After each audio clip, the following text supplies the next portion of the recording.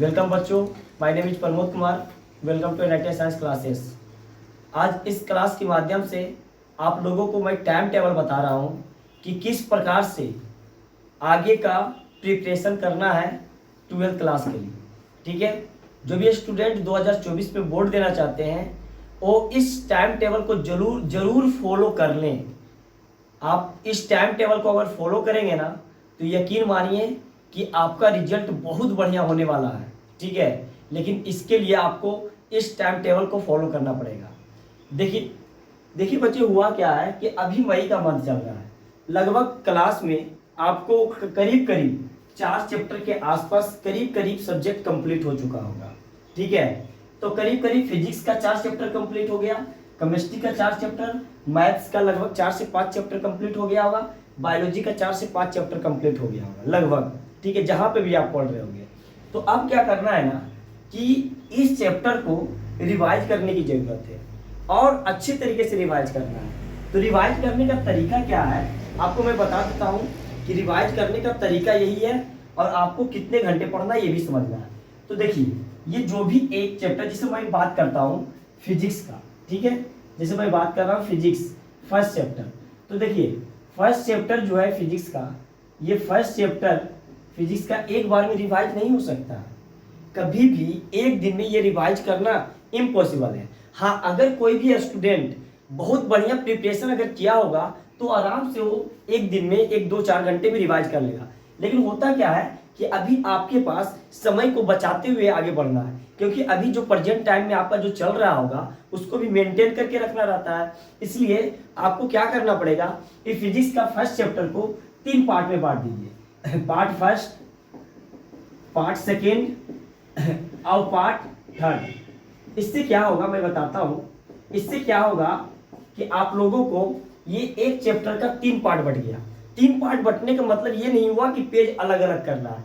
3 part बांटने का मतलब हुआ कि आप उसका जो भी नोट्स बनाए होंगे जिस भी कोचिंग में, तो वहाँ नोट्स में जैसे मान लिया जाए कि पहला चैप्टर फिजिक्स का 45 पेज हुआ है, तो 45 पेज को 15 पेज में डिवाइड कर दे, तो यहाँ पे इसका 3 पार्ट बन गया। अब इस 3 पार्ट में से एक पार्ट को आपको रिवाइज करना है। मेरा कहने का मतलब समझे, मेरा कहने का मतलब हुआ कि ये फिजिक्स का अगर 4 चैप्टर कंप्लीट हुआ है तो इसका एक चैप्टर का 3 पार्ट बना दे, तो टोटल कितना पार्ट हो जाएगा? 12 पार्ट इसका हो गया, 12 पार्ट इसका हो गया। अब केमिस्ट्री का 4 चैप्टर कंप्लीट हुआ है तो 12 पार्ट इसका भी। अगर मैथ्स जो स्टूडेंट लिया है तो 12 पार्ट इसका भी, और बायोलॉजी जो भी स्टूडेंट लिया है तो 12 पार्ट इसका बना दीजिए। पार्ट बाय पार्ट बनाने से क्या होगा ना कि आपको सिलेबस बहुत ज़्यादा इजी लगने लगेगा और साथ साथ आपका कंसेप्ट भी क्लियर होते जाएगा। अब क्या करना है कि ये 12 पार्ट बन गया है।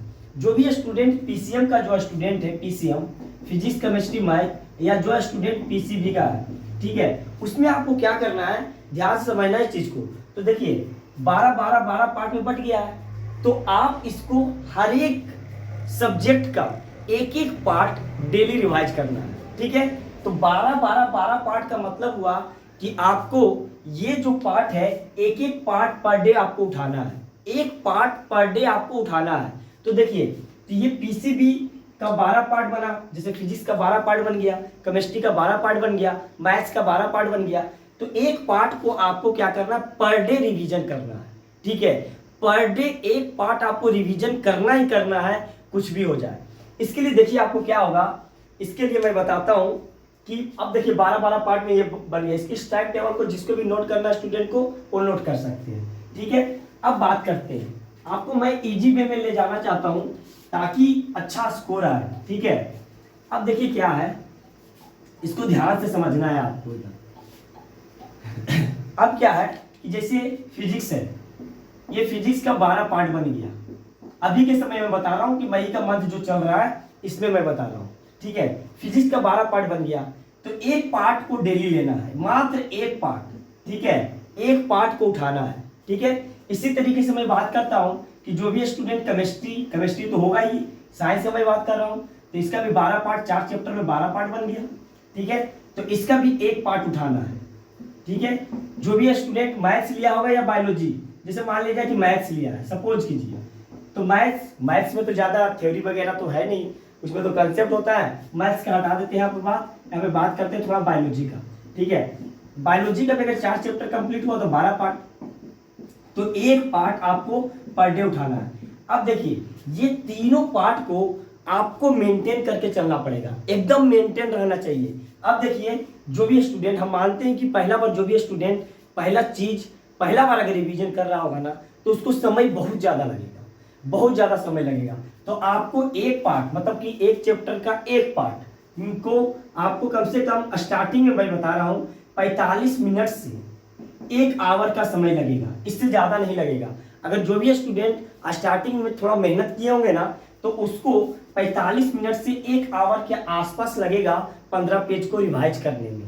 ठीक है, तो इसी तरीके से आपको सभी में लगेगा। तो लगभग अभी आपको 2 से अढ़ाई घंटा आपको डेली अधिक मेहनत करने की जरूरत है, केवल और केवल रिवाइज करने की जरूरत है। क्योंकि अगर रिवाइज नहीं कीजिएगा तो पीछे का जितना भी कंसेप्ट है, जितना भी चीज पढ़ कर रखे हैं आप, 100% उसको आप भूल जाइएगा।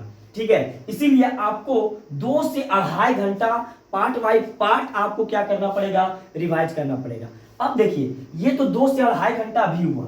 ठीक है, ये 2 से अढ़ाई घंटा का समय आपका बढ़ चुका है। यहां से आपको इतना ज्यादा समय देना ही पड़ेगा।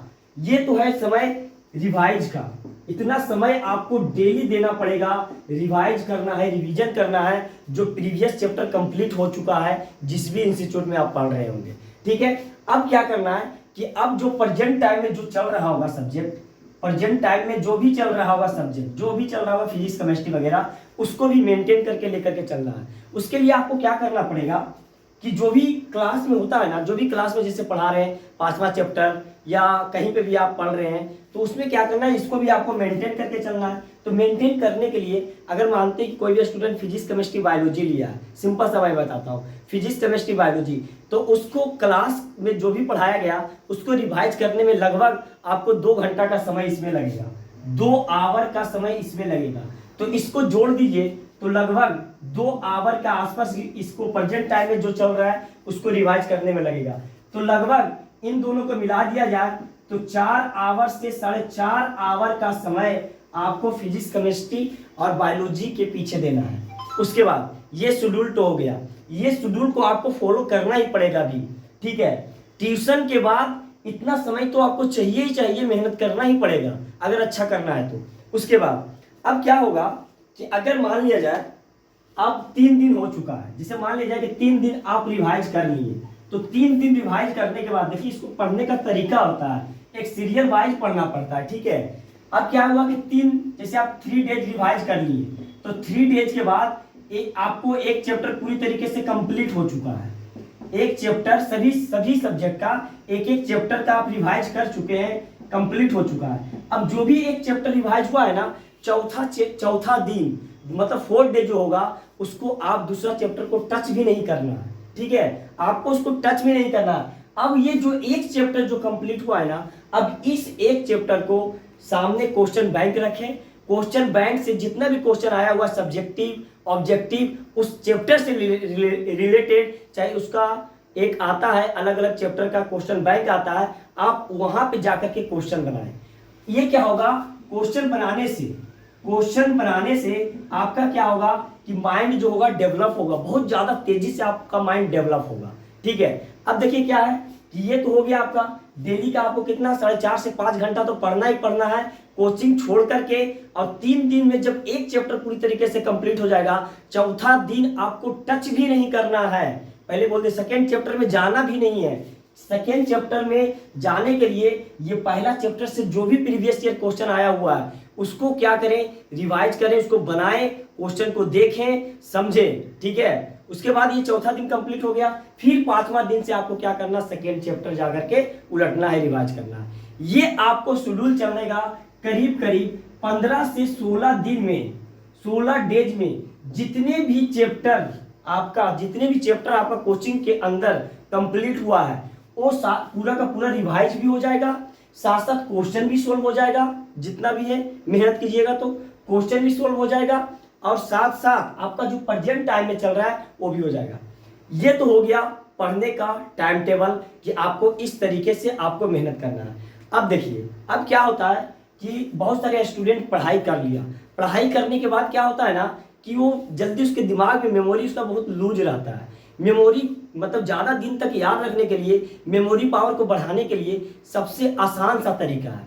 तरीका क्या आसान सा है कि आज आप जो भी दिन भर में पढ़ें, दिन भर में आप जो भी पढ़ें, ठीक है, पूरा डेज में जो भी पढ़ें, जैसे आज सुबह से उठें तो सुबह से उठने के बाद आप सब्जेक्ट से रिलेटेड जो भी चीज़ पढ़े हैं उसको रात में आपको बेड पे पहले ही चल जाना है। 10 मिनट, 15 मिनट, 20 मिनट पहले चल जाना है, ठीक है। 15 मिनट पहले बेड जाना, मतलब कि जैसे सपोज कीजिए कोई स्टूडेंट 11 बजे के आसपास होता होगा, तो आपको बेड पे लगभग 10:30 बजे के आसपास चल जाना है। अब वहां पे क्या करना है, आंख मूंद करके उसको सोचना है कि सुबह से लेकर के शाम तक हम क्या क्या पढ़े हैं। उस पूरा चीज को अगर बढ़िया से आप पढ़िएगा ना तो आपका पूरा दिमाग में वो चीज घूमने लगेगा, वो पूरा का पूरा वो दिमाग में आपका घूमने लगेगा। इससे क्या होगा, आपका पूरी तरीके से रिवीजन होगा। रिवीजन होने से क्या होगा ना, आपका दिमाग में पूरी तरीके से सेट रहेगा वो चीज, और एग्जाम के अंदर अगर क्वेश्चन आएगा तो 100% वो क्वेश्चन सही बनेगा, ठीक है। ऐसे बहुत सारे स्टूडेंट क्या होता है ना, ये जो टाइम टेबल को इस प्रकार से फॉलो नहीं करते हैं ना, तो उसको ऑप्शन में दिक्कत होता है कि ये सही है या ये सही है या ये सही है। ये दिक्कत कब आया, दिक्कत ये आया कि वो स्टूडेंट रिवाइज बहुत कम किया है। शुरू में पढ़ाया गया, किसी तरीके से 2 बार रिवाइज किया, फिर उसके बाद सब मिल गया। मतलब मेरा कहने का मतलब है कि ये टाइम टेबल को आप अपना लें, 100% आपको सक्सेस मिलेगा, ठीक है, 100%, ठीक है। तो आप लोगों के लिए इस वीडियो को लाया गया है। इस वीडियो को ज़्यादा से ज़्यादा लाइक, सब्सक्राइब, शेयर करें। Thanks for watching.